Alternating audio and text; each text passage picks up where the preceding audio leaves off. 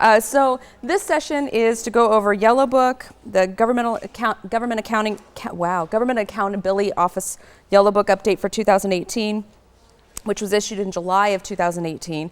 And also, if we have time, which we should, looks like, to go over just yet another reminder of the Uniform Guidance Procurement Standards that are effective starting in 2018. So what is the Yellow Book? You've heard it mentioned a couple times today. It actually was, way back in the day, it was an actual book that was yellow when it was printed in paper. That's before the electronic version. The electronic version is not yellow.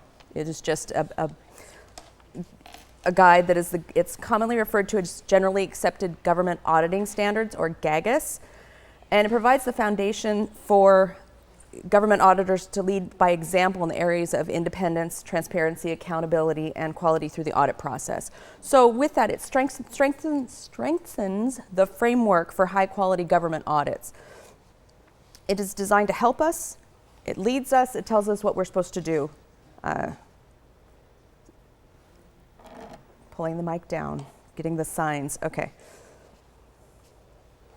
So GAGAS, as we refer to it, GAGAS or GAS, you know, us auditors, we love acronyms. So there's GAS, GAGAS, or GAAS. How many could there be? Whoa, now we're on. Oh, okay. So this is exciting. It's so much more exciting now. Okay, so there we go. So GAS and GAGAS or GAGAS, those two, GAS and GAGAS, are the same. Government auditing standards, generally accepted government auditing standards. Not to be confused with GAAS, another form of GAS, haha, generally accepted auditing standards. So those we have to follow regardless, GAAS, as opposed to government auditing standards if we're doing a Yellow Book audit.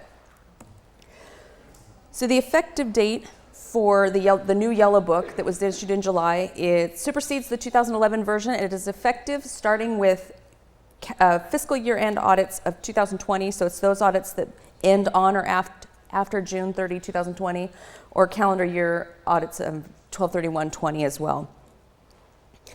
And there's separate sections of the audit standards that cover audits, external audits versus performance audits. If any of you happen to be involved or have any performance audits, it's effective for those beginning on or after 7/1/19. We don't currently provide any of those services, so I'm not going to be going over into too much details for that.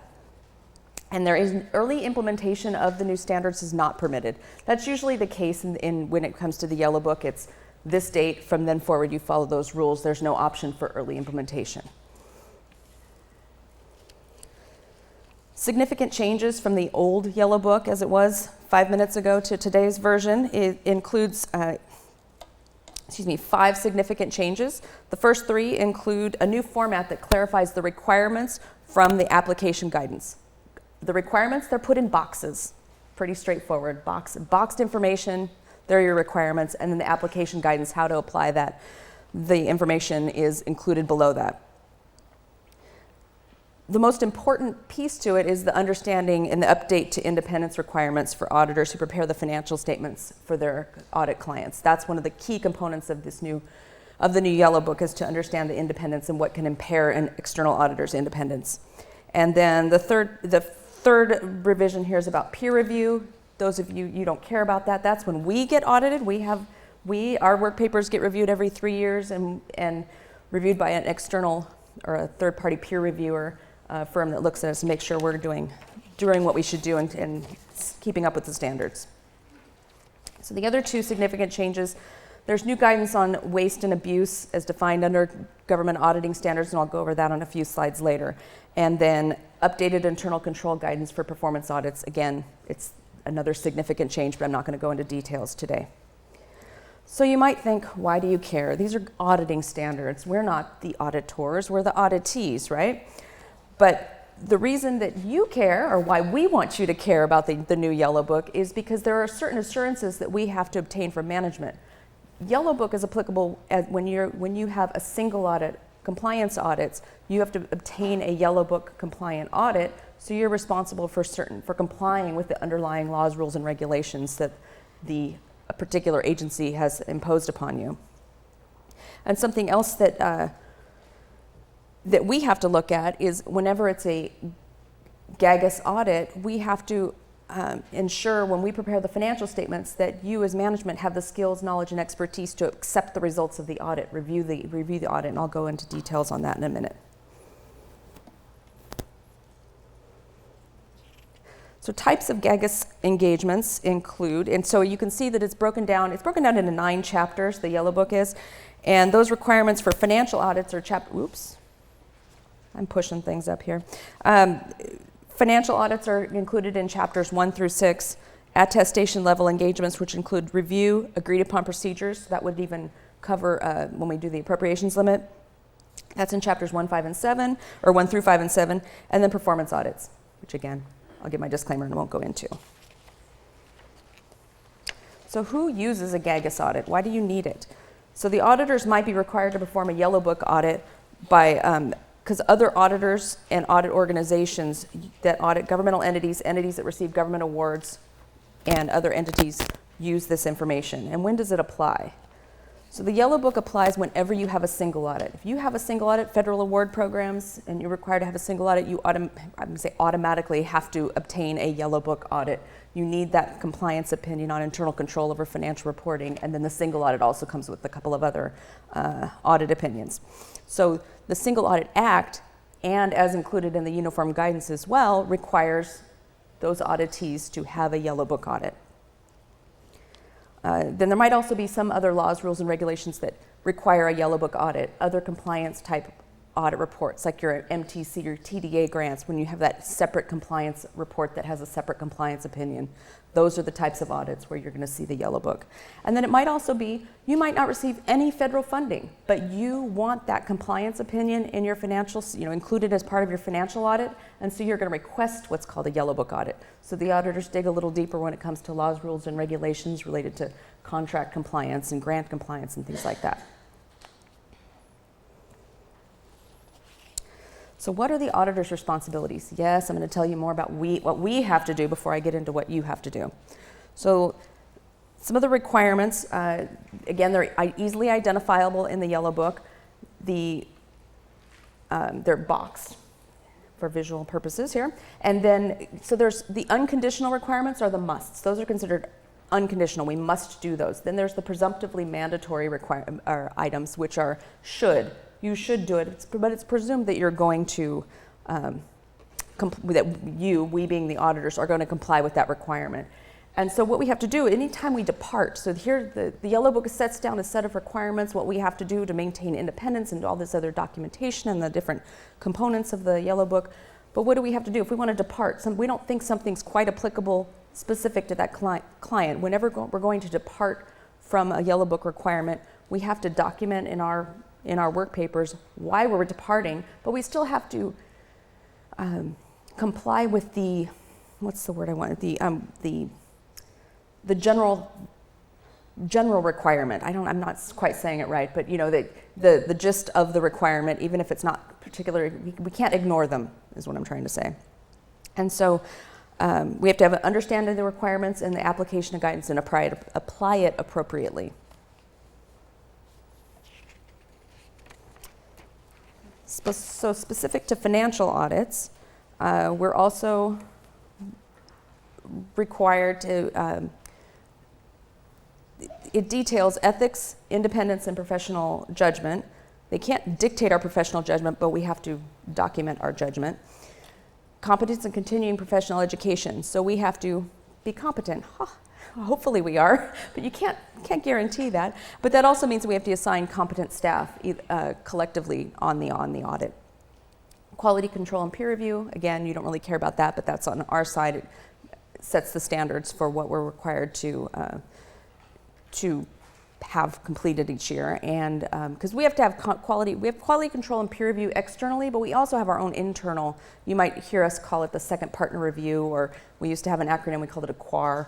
That second partner review, that's part of our own internal quality control standards that we have in place, that someone else is reviewing those financial statements and making sure that they're up to the standards. We've got everything in there that we're supposed to before, and then we issue a quality document.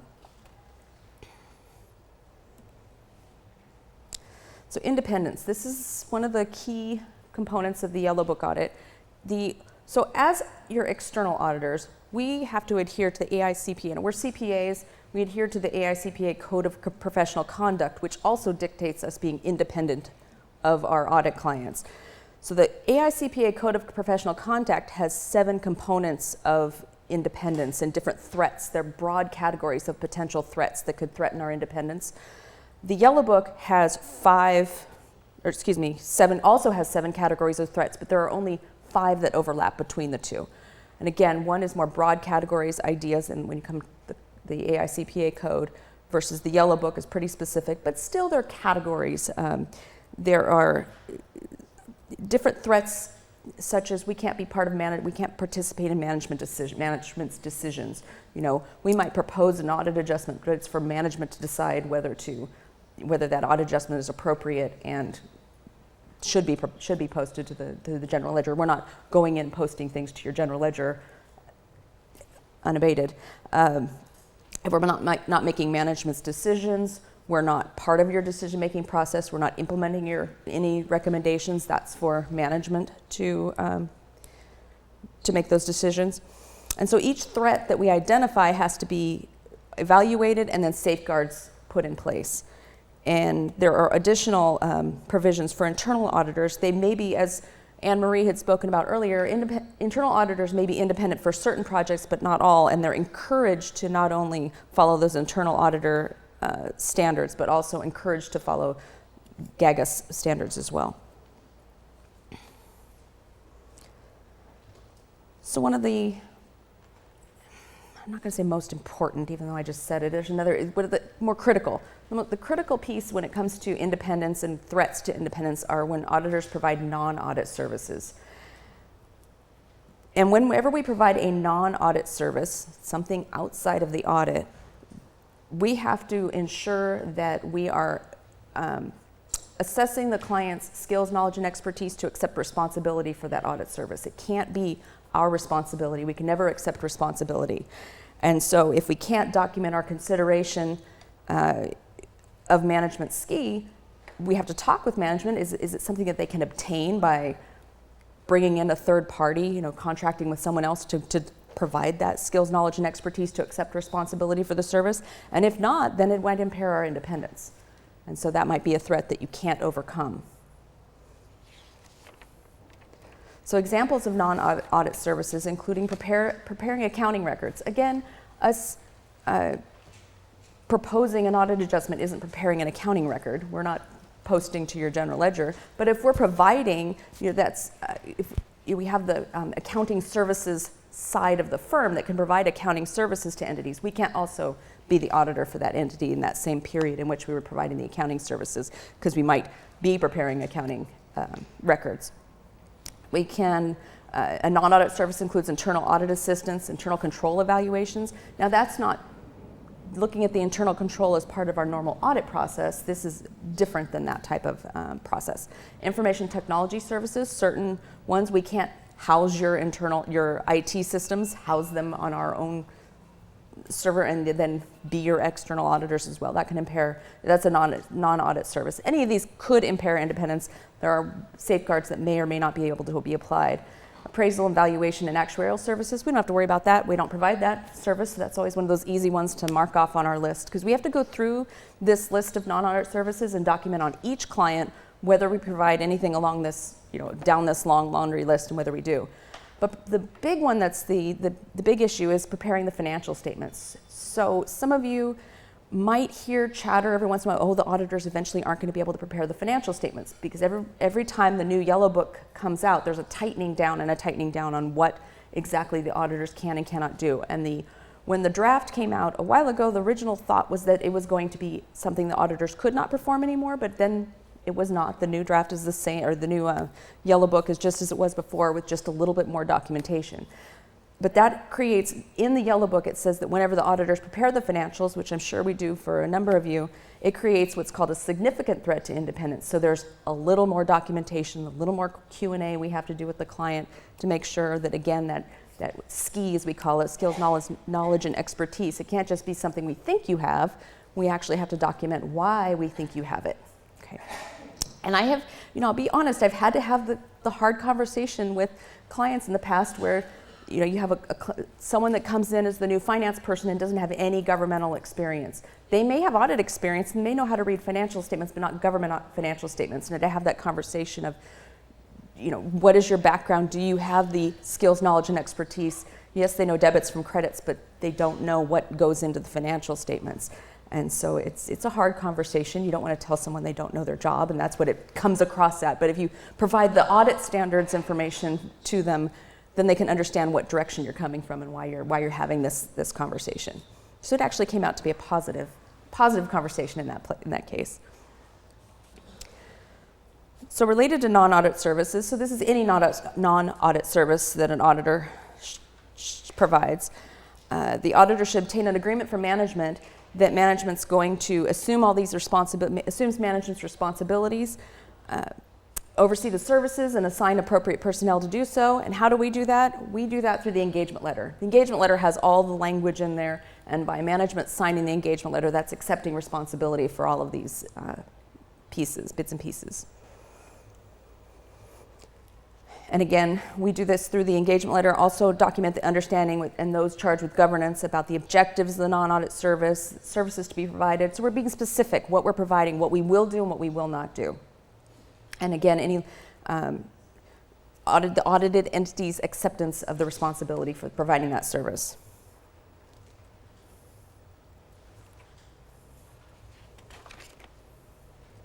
So now we get into the fun part, management's responsibilities.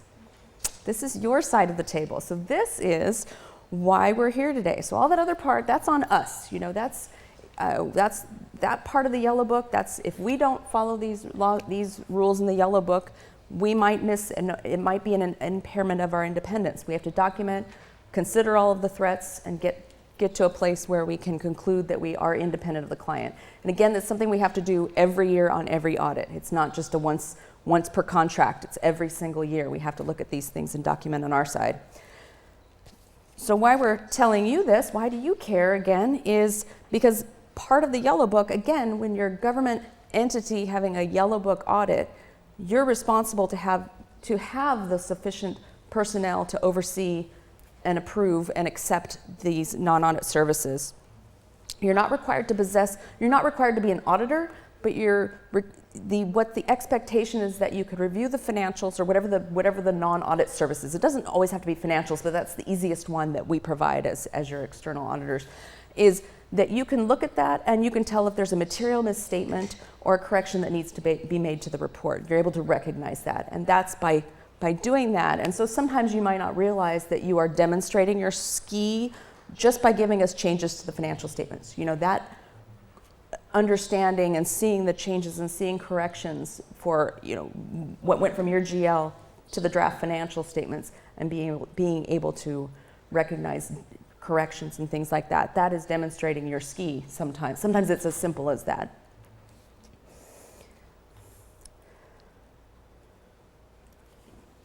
So some of the other responsibilities, you're responsible for setting policies and strategic direction for the entity and directing and accepting the actions of the employees. So you're responsible for monitoring your employees' actions and making sure that you're following through and complying with the whoever is giving you if you think about it, your federal awards, your federal award programs.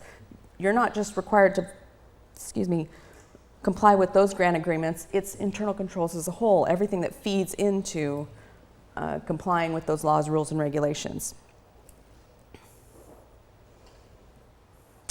And more responsibilities, So accepting responsibility for the management of a project, the designing and implementing or maintaining internal controls. That, again, as you heard earlier today, internal controls we come in and test whether internal controls exist. We're not part of the internal control for your entity. So we're testing that it's already there. You have to have internal controls in place 24 hours a day, 7 days a week, if not more than that, right? Okay.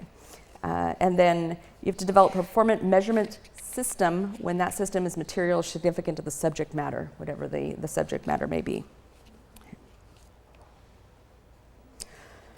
So other non-audit services, there's certain non-audit services that 95% of the time, impair independence, and so we cannot provide those services. And it kind of makes sense. Some of them are logical. Advisory services, benefit plan administration. It doesn't make sense if we're administering one of your benefit plans. Benefit risk consulting. You know, we're the external auditors. We're to remain independent. Some of these services would impair that independence. Executive or employee recruiting. Sometimes we're asked to serve on a panel, but we're not actually the one making the decision. We're part of a panel, and there's usually a rating schedule. Or as I told one client, you know, yes, I can serve on the panel, but I can't come up with the questions. You know, these are you providing the questions, which that's usually the common method that entities, here's the list of questions, and then you're coming together as a group. We're not making the decision independently. So other general provisions of GAGAS, again, this part goes more toward the auditors. So the staff assigned to the audit, they have to have a collective competency. They have needed to address the engagement activities and perform the audit in accordance with GAGAS. So collective competency. That's why we have levels of staff and levels of review. It doesn't mean every staff member can prepare the audit from beginning to end, but collectively they have to be able to. And it also dictates our continuing professional education. We're in the government. When we're government auditors, we're required to have 24 hours of government CPE. That's been the case for a little while. And then 56 hours, I think this was the change, that directly enhance our professional expertise.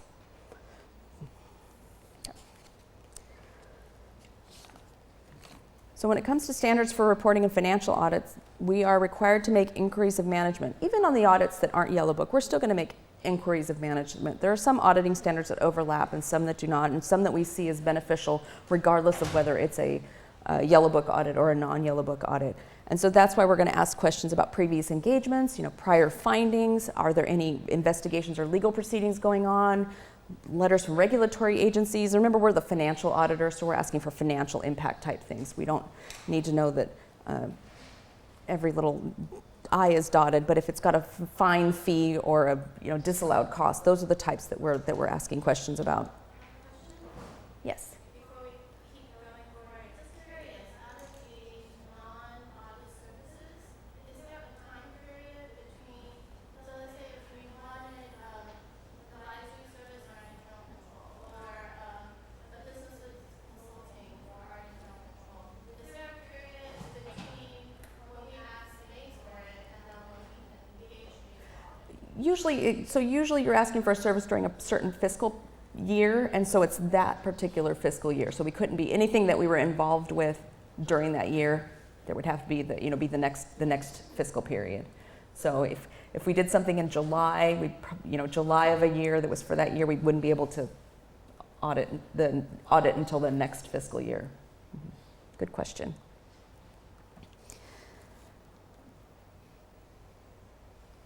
So one of the other things we're required to do is we're required to communicate control deficiency. And as you know, our firm policies, we're going to issue a memorandum on internal control regardless. But when it comes to a Yellow Book audit, there's also the findings in a Yellow Book audit are those that are material weaknesses or significant deficiencies. Those are considered findings under a Yellow Book audit. And so if we have any consideration, we have to consider waste and abuse, which I have a slide in a minute we'll talk about.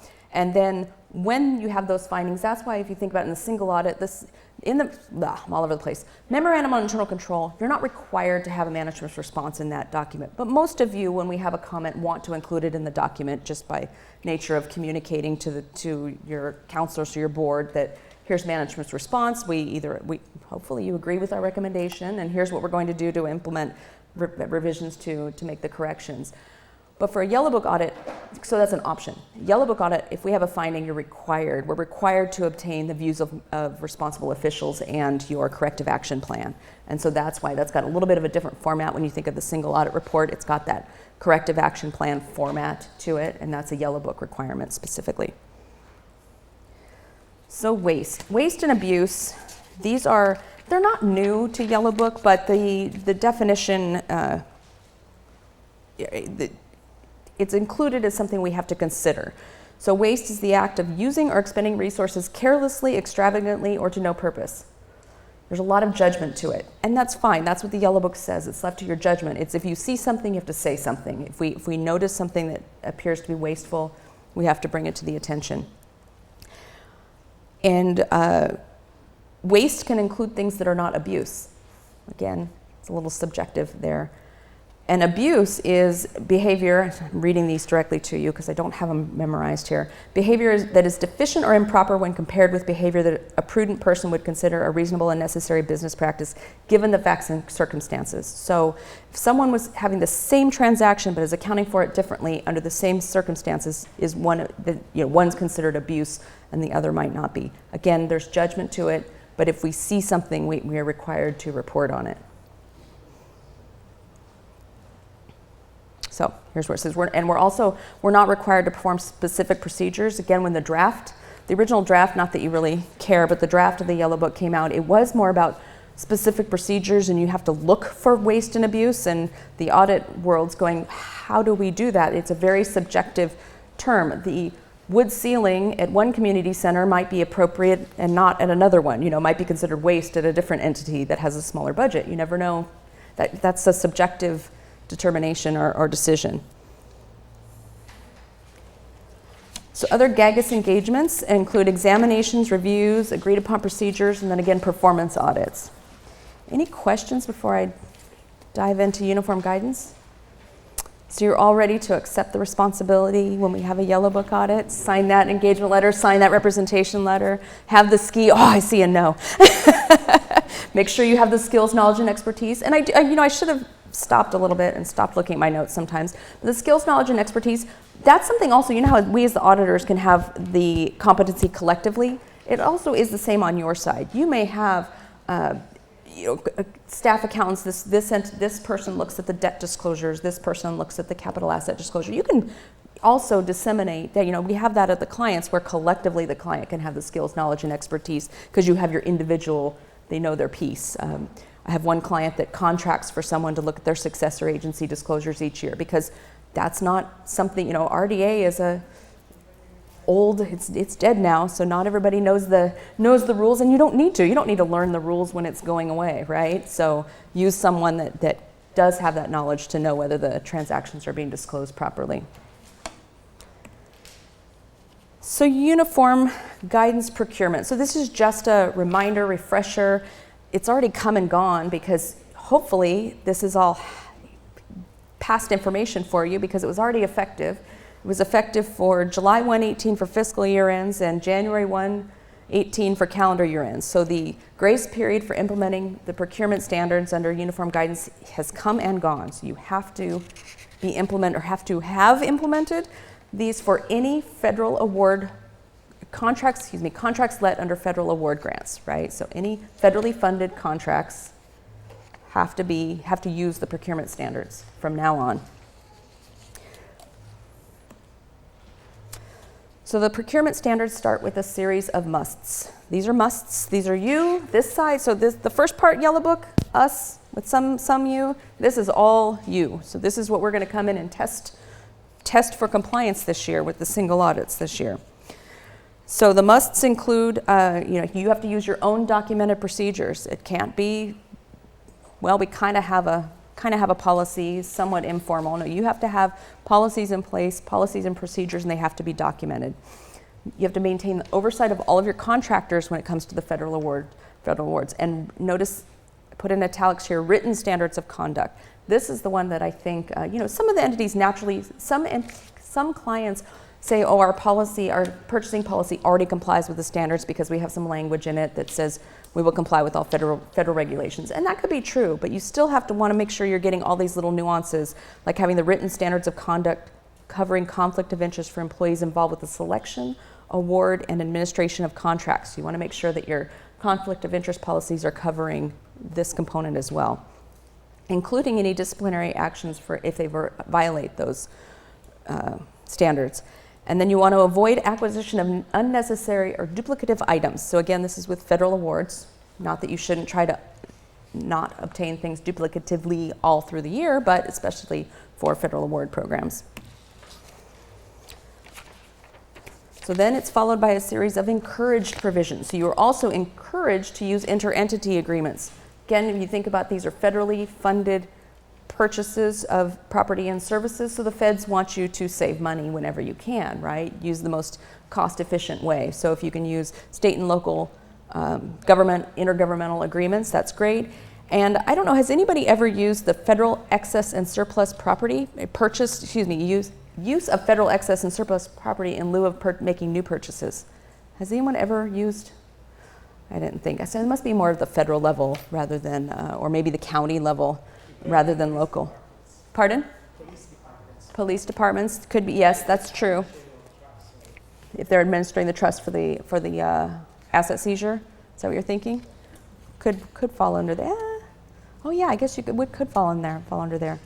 And then use of value engineering clauses. So again, these are encouraged, not requirements. And then followed by more musts. So you have to award contracts only to those responsible contractors that can perform the service successfully. And then you have to maintain sufficient records to detail the procurement. Can someone come in and tell what you did and that you followed the laws, rules, and regulations under the uniform guidance? So you can also use a time and materials contract, but only if there's no other contract suitable, and includes a ceiling price that the contractor exceeds that ceiling at their own risk. And again, it's documenting. You would have to document if there's no other suitable contract in place. And you're responsible for the settlement of all contractual and administrative issues arising out of that contract. In other words, you're not going to pass it on to the federal awarding agency. You're going to remain responsible for any of those costs. And any procurement has to be conducted in full and open competition. It doesn't mean that there aren't exceptions for sole source purchases, but you still have to go through that full and open competition process for property and services. So five methods of procurement. So these are defined, and if you remember, if you in the uniform guidance, it's like any other contract that you have. Anything that's capitalized in the uniform guidance, capitalized terms are then defined somewhere else in the agreement. So your micro purchase, there's a micro purchase threshold, small purchases, simplified acquisition threshold. So these are all defined dollar amounts in the uniform guidance. So there was some confusion because I believe it's the NDIA and the GSA increased the dollar thresholds for the micro purchase and the small purchase acquisition threshold, which they do on an annual basis, but the thresholds in the uniform guidance are hard-coded. Those are hard-coded dollars. The expectation is that the uniform guidance is going to be amended in the future to increase with those federal levels when they increase, but they have not as of today. And OMB had issued a memo in July of 18 that it has acknowledged in the 2019 compliance supplement that memo has been misinterpreted to allow all to go with the increased thresholds. That is not what the memo was saying. It was saying that certain entities are allowed because they follow those rules. It was hospitals higher education and nonprofits and other certain entities were allowed to follow those thresholds. It's not the case, but OMB is acknowledging the miscommunication, and so they're saying, even as the auditor, if the entity followed those increased thresholds, so long as you documented it in your internal policies and procedures that you were following it, that we don't have to make it a finding. So you want to make sure that if you followed the increased thresholds and not what's hard-coded in the uniform guidance, that you want to document what happened. And you also have I didn't see this in the compliance supplement, but I had also heard, this is hearsay, that you can get, if your grantor gave you authorization to use the increased thresholds, you just want to make sure you document it and you have documentation of that approval and that authorization. So there's more musts. There aren't enough. As if there aren't enough rules, you have more to follow. And they're musts, they're not shoulds. So you want to make sure you're following these. So you have to use MEB and WEBs and labor surplus area firms whenever possible. And you have to do a cost price analysis, which again, this is part of most of your normal policies and procedures. But if it's not something that you're used to doing and you're doing a contract under a federal award program, you want to make sure that you're following all these rules to the T, because if not, the auditors are going to come in and tell you didn't do it, and then it'll be a finding. Then you have to work with the grantor. So you want to follow these on the front end. And remember, if you're an entity that doesn't always spend $750 to trigger a single audit, you're still required to follow these regulations in accordance with the grant. If you have one $30,000 grant, And if it's subject, if it's a federal fund, you're still required to follow all these regulations. Oops.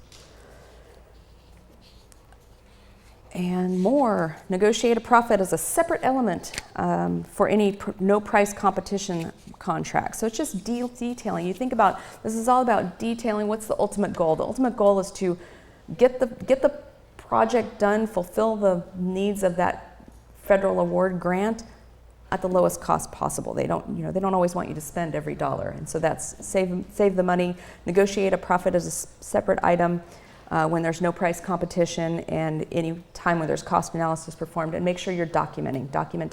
Just like the auditors, we have to document. If you have documented your rationale in your files and it follows the letter of the regulations, then there's not going to be any question. Okay. And then you cannot use a cost plus a percentage and a percentage of construction contract. You cannot use those for the federal award programs. And there's one more.